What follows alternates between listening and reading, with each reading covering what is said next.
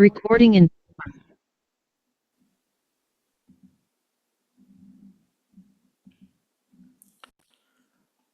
엘리바스의 변론에 욥이 답합니다.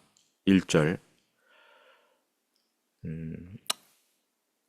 욥이 대답하여 이르되 23장과 24장 두 장에 걸쳐 답을 하게 되는데요. 오늘 23장을 보는 겁니다.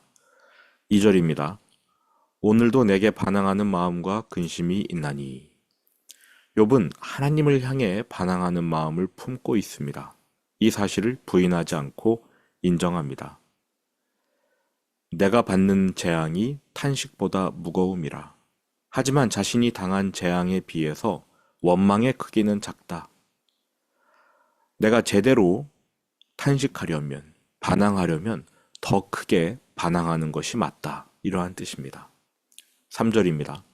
내가 어찌하면 하나님을 발견하고 그의 처소에 나아가랴. 엘리바스는 욥에게 너 하나님께 나아가라. 너 하나님께 나아가서 화목하라 라고 권면했습니다. 그런데 욥은 내가 어떻게 하나님께 나아갈 수 있겠느냐 라고 호소합니다. 욥의 말이 맞습니다. 하나님이 우리에게 찾아와 주셔야 우리가 하나님을 만날 수 있는 것이지 우리가 하나님께 나아가는 것이 아닙니다. 그래서 예수님이 이 땅에 오신 것 아니겠습니까? 우리는 우리의 힘으로 하나님께 나아갈 수 없습니다. 4절. 어찌하면 그 앞에서 내가 호소하며 변론한 말을 내 입에 채우고 내게 대답하시는 말씀을 내가 알며 내게 이르시는 것을 내가 깨달으랴. 하나님이 우리를 찾아와 주시고 우리를 만나 주시고 우리의 말을 들어주셔야 하는 것이지요. 6절. 그가 큰 권능을 가지시고 나와 더불어 다투시겠느냐. 하나님이 오시면 나와 다투시겠느냐? 아니라는 거지요. 욥은 하나님의 긍휼을 신뢰합니다. 아니로다 도리어 내 말을 들으시리라. 하나님이 자신을 만나주기만 하신다면 그 앞에서 자신의 사정을 다 아뢰 수 있다고 생각합니다. 7절. 거기서는 정직한 자가 그와 변론할 수 있은즉 내가 심판자에게서 영원히 벗어나리라. 하나님께서 욥 자신에게 무죄를 선고하실 것이라 확신하고 있습니다. 본인은 정직하니까 의롭기 때문에 하나님 앞에서 무죄 판결을 받으리라 이렇게 확신하고 있습니다. 8절 9절로 넘어갑니다. 그런데 내가 앞으로 가도 그가 아니 계시고 뒤로 가도 보이지 아니하시며 그가 왼쪽에서 일하시나 내가 만날 수 없고 그가 오른쪽으로 돌이키시나 배울 수 없구나. 하지만 도돌이표입니다. 하나님을 만날 수가 없대요. 엘리바스와 욥의 대화, 이 둘의 대화가 평행선을 달리는 이유가 여기 있습니다. 엘리바스는 인간이 하나님께 나아갈 수 있다, 하나님을 만날 수 있다 라고 믿고 있습니다. 하나님께 나아가면 된다라는 것이지요. 반면에 욥은 하나님이 인간에게 와주셔야 하는 것이다. 인간이 나아갈 수 있는 게 아니다. 하나님이 와주셔야 한다. 이렇게 믿고 있습니다. 엘리바스는 인간이 원할 때면 언제든 하나님께 나아가서 하나님을 배울 수 있다. 이렇게 믿고 있지만 욥은 하나님이 인간을 만나 주셔야 그 만남이 가능하다라고 믿고 있습니다. 욥이 맞지요. 그런데 인간으로서는 하나님이 언제 어떻게 우리를 만나 주실지 알 수 없다. 만나 주실지 아닐지 그것도 모르고 언제 어떻게 만나 주실지도 알 수 없다. 욥은 이렇게 생각합니다. 10절입니다. 욥기에서 아마도 두 번째로 유명한 말씀이 아닐까 합니다. 내 시작은 미약하나 내 나중은 창대하리라. 이 구절이 가장 유명하고요. 그 다음으로 유명한 구절이 23장 10절인 것 같습니다. 그러나 내가 가는 길을 그가 아시나니 그가 나를 단련하신 후에는 내가 순금같이 되어 나오리라. 하나님이 언제 나를 만나 주시고 어떻게 만나 주실지 나는 도무지 알 수 없지만 내가 가는 길을 그가 아신다. 하나님은 내 걸음걸음을 보고 계신다. 하나님은 내 마음을 아시고 나의 정직함을 아신다. 그가 나를 단련하신 후에는 욥은 자신이 지금 당하는 고난이 하나님께서 연단하시는 것이라고 확신합니다. 죄에 대한 보응이라고 주장하는 엘리바스의 생각과 다르지요. 비록 그 고난의 원인 알 수 없고 하나님을 만나야만 풀리는데 알 수 없고 이게 언제 끝날지도 알지 못하지만 분명 하나님이 주시는 고난이고 이 훈련이 끝나면 자신의 성품이 순금과 같이 재련될 것을 기대하고 있습니다. 이것이 사도 바울이 말하는 환난은 인내를, 인내는 연단을, 연단은 소망을 이루는 줄 알미라 라는 말씀 아니겠습니까? 어떤 이유에서 이건 우리 삶에는 고난이 닥칩니다. 그것을 인내하고 또 인내하고 이렇게 인내가 반복되면 우리는 단련됩니다. 단련. 우리의 성품이 단련된다는 뜻이겠지요. 우리의 단련된 성품에 소망의 열매가 맺히기 시작합니다. 하나님의 뜻대로, 그제서야 하나님의 뜻대로 올바르게 소망을 품을 수 있습니다. 그러니까 소망을 품고 인내하고 견디는 게 아니라 먼저는 환난이 찾아오고 그 환난을 통해서 인내, 그러니까 환난은 인내를 낳고 인내는 연단을 낳고 연단은 소망을 낳는 것. 사도 바울이 말한 바 환난은 인내를, 인내는 연단을, 연단은 소망을 이루는 줄 알미라. 이 말씀의 의미가 그렇습니다. 그러니까 소망보다 환난, 인내, 연단이 먼저지요. 연단된 성품에 올바른 소망이 열매를 맺게 됩니다. 중요한 것은 환난 없이 인내가 있겠느냐라는 것입니다. 고난이 있어야 인내할 수 있고 인내를 통해서 연단되고 연단된 성품에 소망이 생기는 것이죠. 그래서 하나님은 고난을 도구로 사용하십니다. 하나님을 사랑하는 자에게 모든 것이 합력하여 선을 이룬다. 이 말씀도 생각해 보시기 바랍니다. 나쁜 일들이 일어난 후에는 반드시 좋은 일이 생길 것이다. 또는 나쁜 일처럼 보였는데 알고 보니 좋은 일이더라. 이러한 식으로 기대하며 고진감래, 세옹지마, 전화위복 이러한 사자성어 같이 이 구절을 이해하려고 합니다만 아닙니다. 안 좋은 일들이 반복되고 그 안 좋은 일들을 인내할 때 우리의 모난 성품이 예수님의 성품처럼 다듬어지는 것, 그게 바로 이 구절이 말하는 선입니다. 합력하여 선을 이룬다. 나쁜 일 끝에는 좋은 일이 올 것이라는 그러한 기대가 아니라는 뜻입니다. 인내와 연단을 통해 예수님의 성품을 지니게 되고 그래서 내 욕심을 내려놓고 성경적으로 올바른 소망을 품는 상태, 그것이 바로 이 구절이 말하는 선이지요. 하나님을 사랑하는 자에게 이루어지는 선.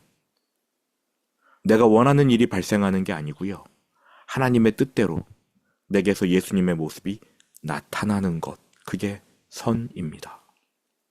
지금 욥이 가는 길, 욥은 사실은 잘 몰라요. 친구들도 모릅니다. 아무도 모릅니다. 하나님만 아셔요. 겉으로 보면 그 길은 분명 고난의 길입니다. 엘리바스 빌닷 소발의 신학에 의하면 그 길은 죄 짓는 자가 벌받는 길이지요.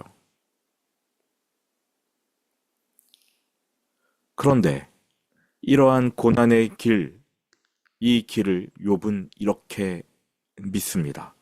하나님이 나를 다루시는 시간이다. 하나님이 내 성품을 정금과 같이 변화시키기 위해 나를 다루시는 시간이다. 내가 벌받는 시간이 아니다.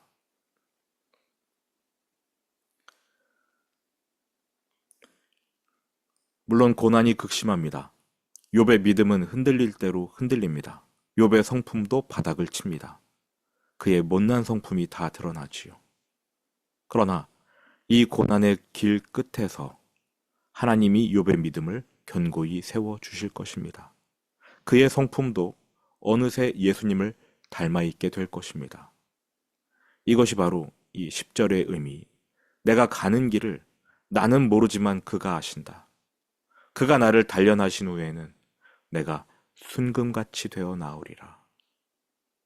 다른 거 하나도 모르겠는데 이거 하나는 확실히 안다. 하나님이 나를 다루고 계시는데 내가 다뤄진 후에는 정금과 같이 될 것이다. 11절입니다.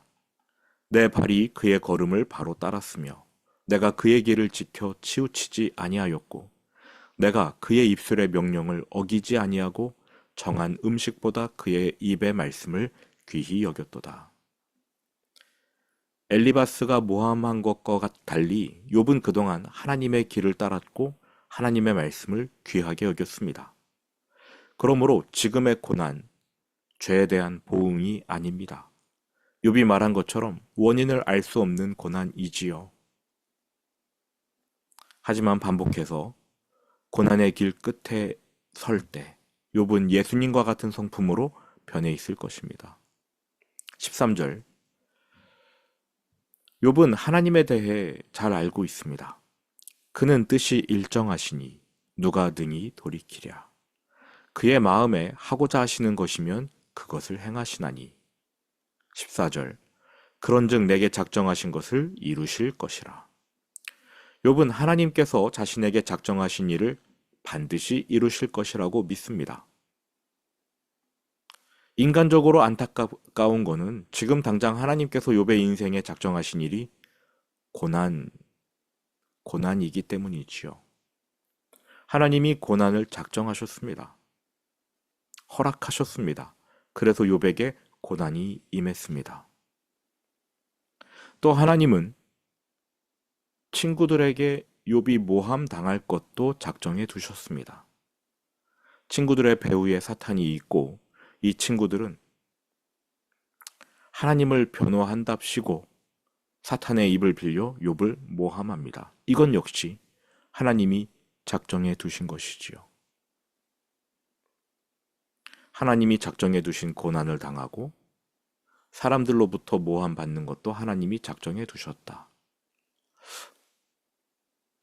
누구에게 일어난 일 같지 않습니까? 예수님의 모습 같지 않나요? 욥은 하나님이 작정하신 고난을 받고 하나님이 작정하신 대로 친구들에게 버림을 받을 것입니다. 그렇게 욥의 고난은 최대치에 이를 것입니다. 그런데 하나님은 이 고난을 사용하여 욥의 인생을 향해 세워두신 계획을 이루어내실 것입니다. 이런 일이 그에게 많이 있느니라. 하나님이 작정해 두신 일이 많이 있습니다. 그리고 하나님은 그 모든 일을 반드시 이루어내십니다.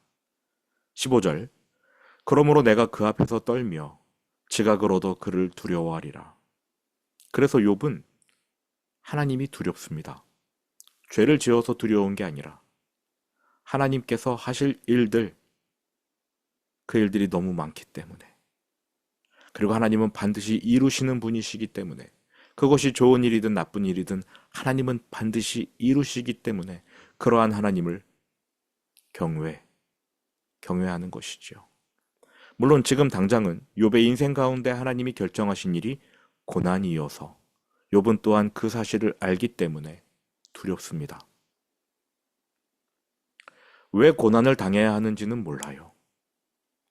그냥 당해야 합니다. 그래서 욥이 더욱 두려워합니다. 물론 고난의 끝에서 자신의 성품이 거룩해질 것은 알고 있습니다. 원인은 모르지만 결과는 알아요.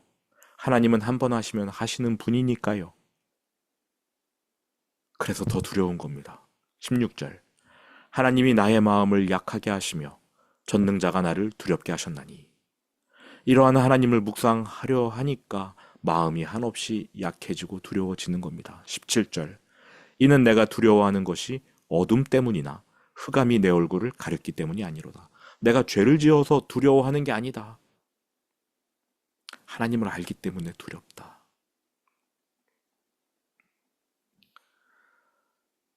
비단 욥에게만이 아니라 하나님의 모든 자녀에게 하나님께서는 반드시 선한 일을 시작하시고 이루십니다. 그리스도의 날까지 이루어내십니다. 우리에게서 예수님 닮은 성품이 열매로 맺힐 때까지 하나님은 고난이라는 도구도 사용하실 것입니다. 그래서 우리에게 필요한 것이 무엇인가? 하나님의 사랑에 대한 확신입니다. 비록 내가 회초리를 맞더라도 내 부모님이 나를 사랑하신다. 나를 버리지 않으실 것이다. 내가 회초리 맞고 나면 나는 하나님이 원하시는 아름다운 모습으로 변화될 것이다. 이것이 하나님의 사랑이다. 확신이 필요합니다. 고난이 닥칠 때 하나님 나를 미워하시는구나. 이게 하나님이 나를 버리신 증거야. 라고 생각하는 대신 이것은 하나님이 나를 사랑하시는 증거이다. 이렇게 확신하는 하나님의 사랑에 대한 확신이 필요하지요. 들은 말씀 기억하면서 주기도문으로 예배를 마치겠습니다.